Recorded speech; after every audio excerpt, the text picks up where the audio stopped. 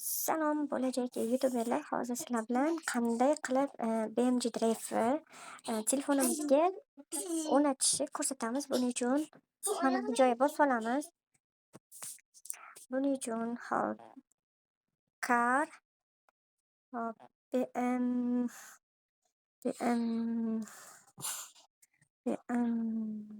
BMG Drive deb yozamiz. Yozganimizdan keyin mana bu tepaga bundoq tushiramiz-da. Tushirganimizdan keyin yongandan keyin ekran zapis degan yozuv bor mana. Ana shu ekran zapisni bosib olamiz. Bosib olganimizdan keyin bizga eng kerakli joyini olamiz.